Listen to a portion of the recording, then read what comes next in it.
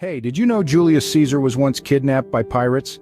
Imagine this, 75 BC, a young Julius Caesar, mid-20s, sets sail from Rome to the Aegean island of Rhodes, aiming to study under the Greek rhetorician Apollonius.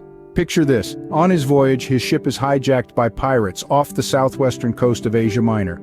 The pirates demand a ransom. Caesar, insulted by the low figure, demands they ask for more. The higher sum is raised, Caesar is freed. But the story doesn't end there.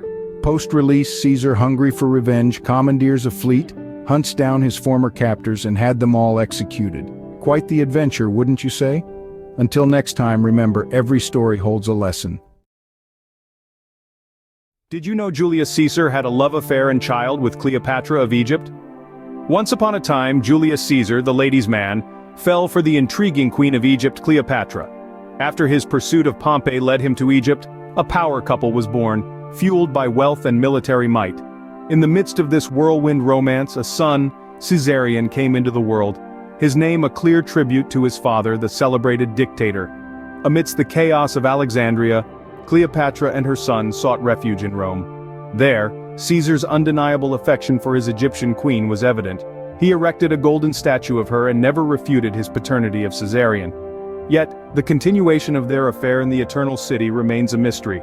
Given the scandal of a foreign lover, Cleopatra and Caesarion returned to Egypt post-Caesar's assassination. A tragic end awaited Caesarion, murdered by Octavian, Caesar's heir. And you thought your family was complicated. This tale of love, power, and intrigue between Caesar and Cleopatra never fails to captivate. History, after all, is full of surprising twists and turns.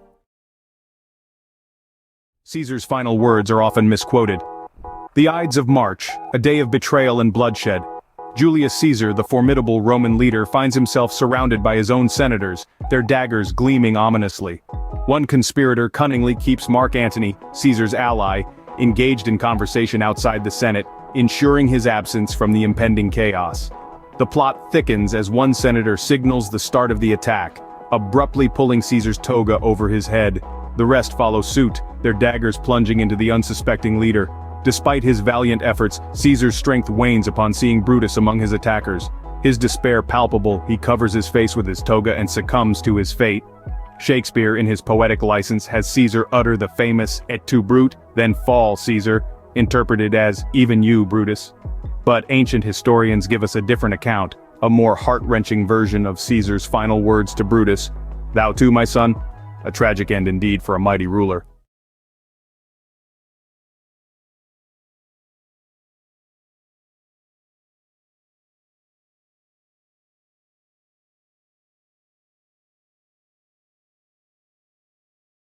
Did you know Julius Caesar once marched against Rome?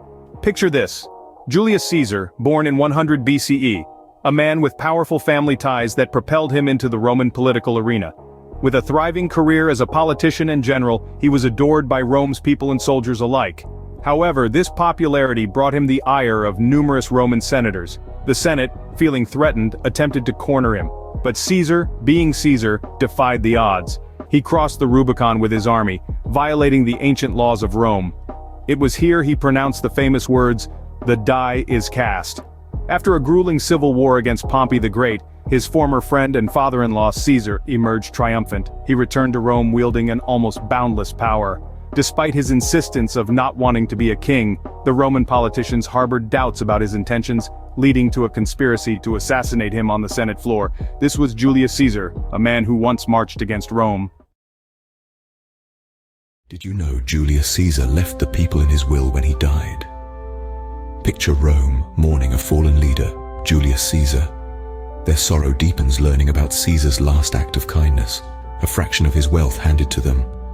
An adored dictator, Caesar initiated several reforms in Rome. New laws, land redistribution, wealth limitation, and employment opportunities in overseas colonies.